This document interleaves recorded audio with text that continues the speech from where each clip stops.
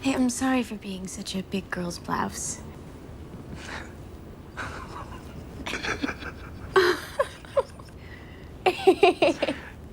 What? Where did you get that from? Lottie. Oh. Did I use it right? Yeah, it couldn't have been better. What does big girl's blouse mean? Is Samantha referring to a special type of clothing? Well, join us on our latest Cinephile episode to find out, and be sure to visit our FUNDAY website for more.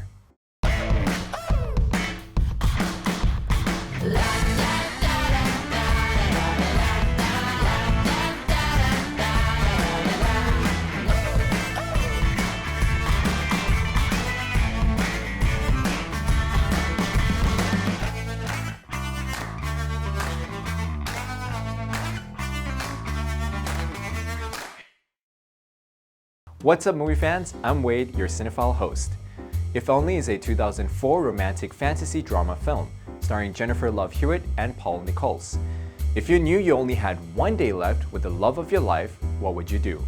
That's the problem faced by Ian, who loses beautiful violinist girlfriend Samantha in a car crash, then wakes up to find he has another shot. How will he spend the second chance he's been given?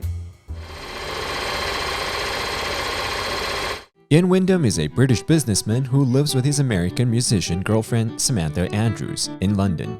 We see Ian and Samantha, like many other young couples, fooling around while getting ready for the day. Ian had a big presentation that morning, so he was distracted and forgets that later that day was Samantha's graduation concert, but was quickly reminded of it. While practicing her guitar, Samantha sees Ian's presentation folder on the couch. Knowing how important this meeting was, she rushes over to the office to hand it to him. Everything we discussed so far. Excuse me for interrupting, Mr. Wyndham. This is for you. I just thought that you might need the exact same folder you already have. I see. Okay, well, false alarm. Terribly sorry. I just thought, well, I just wanted to make sure he had everything he needed. Samantha mumbles on, then leaves in absolute embarrassment. Later at school, she finds her confidence and feels love from the students where she teaches music. After the meeting, at a pub, Ian complains to his buddies about Samantha and expresses his frustration, but on his way to the concert that evening, the taxi driver spoke some sense into him and told Ian he should appreciate Samantha before he loses her. Taking the taxi driver's advice, he buys flowers and goes to the concert. Afterwards, Samantha's favorite student, Oliver, surprises her with a card. But Ian showed no interest and rushes them to their restaurant reservation. At dinner, Samantha makes her feelings known. You never tell me how you feel or talk about yourself. You don't want to meet my family. You forgot my graduation. We ran into my favorite student, and you act as if he has something contagious. Ian, I know you have the best intentions, but I just feel like I'm a very high second priority for you. Samantha tells Ian all she wants is for him to love her. He says he does, but he doesn't get it. She rushes out of the restaurant and jumps into a taxi. Ian chases after her, only to realize the taxi driver happens to be the same person that transported Ian earlier that day. He asks Ian in or out. Ian hesitates, so Samantha shuts the door on him. Ian then chases after the car, but just before reaching it, the taxi is hit by another car. Horrified, Ian rushes to the hospital, only to watch her die. A heartbroken Ian goes back to the apartment, finds Samantha's notebook and opens it. Finding a song she was working on, he falls asleep, clenching the notebook close to him. When he awakes the next morning, he holds onto the notebook. Then, something miraculous happens. Read one word and I'll kill you.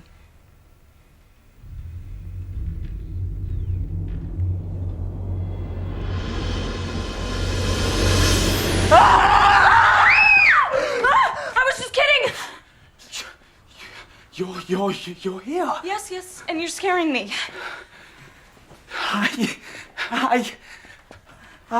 You... Terrified at first, but after the initial confusion, Ian comes to the conclusion that the previous day must have been a bad dream. He feels happy to have Samantha by his side again. The events of the next day are similar to those he already experienced in the dream, although occurring at different times and in different ways. Ian is sure that he had a premonition and that the day will end the same way with Samantha's death. He eventually even jumps into the same taxi. You've got to be kidding me. Excuse me, sir? You're the driver from yesterday. Anything's possible. Yesterday you knew certain things about me. About your love life. Yes. Yeah, well, people in my profession are second only to barmen in knowing about problems of the heart. And that, you said that exactly. Ian realizes that everything that took place the day before was still coming to pass. He asks the cab driver what can he do to change it, but the driver's only reply, appreciate her and what you have. Just love her. You haven't got much time. Ian runs out and looks for Samantha everywhere. He finds her at her friend Lottie's art shop, then hysterically tells her they have to leave. After convincing Samantha, he lets her decide anywhere she wants to go. So they travel to Ian's rural hometown. While climbing a hill, it downpours, so they run into a small cabin for shelter. Ian then asks Samantha how she would want to spend her last day if she only had one left. She replies that she would spend it with him. Is there nothing else? Closeness.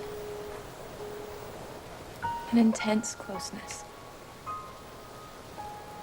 Really sharing things with each other.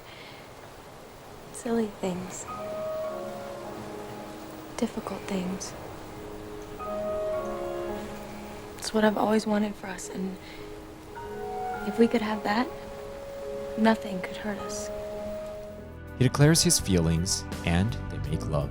In the town below, the two have drinks and Ian tells Samantha about his father, who lost his beloved job before becoming an alcoholic and dying sometimes later. Samantha thanks him for opening up, and the two travel back to London. Ian takes Samantha on the London Eye as another surprise. They then travel back to the apartment to get ready for the concert. I think I'll wear this to dinner. You're really gonna love the singing tonight. Oh, is it that opera business that I'm so fond of? I'd rather just stay here and listen to you sing. Oh, be serious. I am. I don't understand why you don't let people hear your songs. What are you afraid of? Success or failure? Yes. Samantha says she'll perform someday, so Ian takes a page from her notebook and brings it to a nearby photocopying shop while Samantha travels by herself to the concert. Before the show begins, Ian gives the photocopy pages to an organizer. After the performance, the organizer announced Samantha's name as the next performer. A nervous Samantha proceeds onto the stage as the orchestra begins to play her song. She sings the song she wrote for Ian, and by the end, the crowd bursts into applause at her performance. I can't believe I did that!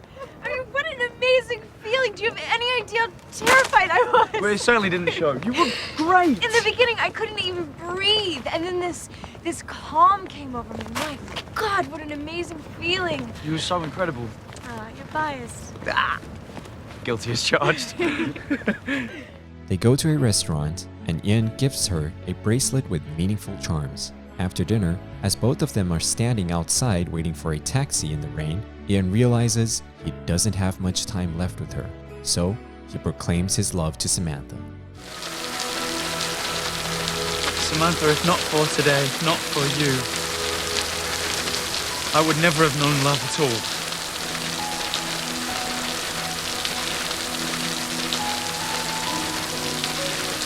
So thank you for being the person who taught me to love. And to be loved. Samantha is left in awe and loved. As the taxi pulls up, Samantha gets in. She asks Ian again whether he is getting in or out. This time, Ian gets in and sees the same cab driver again. As the clock strikes 11, the taxi meets an accident. The same scene repeats again, as Lottie wanders through the hospital corridor. Only this time, it's Samantha who is sitting and crying. Ian was the one who died in the crash, which devastated her. 6 months later, Samantha revisits Ian's hometown once more and finally finds the courage to perform her songs on stage, just as Ian had encouraged her. If you had a chance to relive a day, would you do things differently? But perhaps it's not about trying to relive a day better. Instead, like what Ian had said, the past doesn't matter.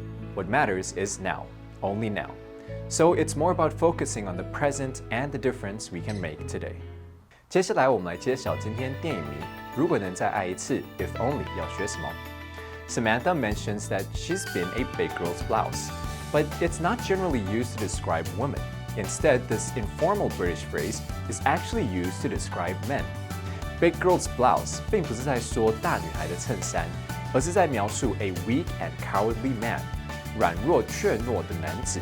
For example, he's just a big girl's blouse. 他就是一个懦夫。Well, hope you've learned something useful in this episode of Cinephile. You can find more on the FUNDAY website. Let's make every day a fun day. What are you doing? We always go that way. And do you know why? Why? Because that's where you work and I teach. Let's try a new way. Loop around, it might be fun.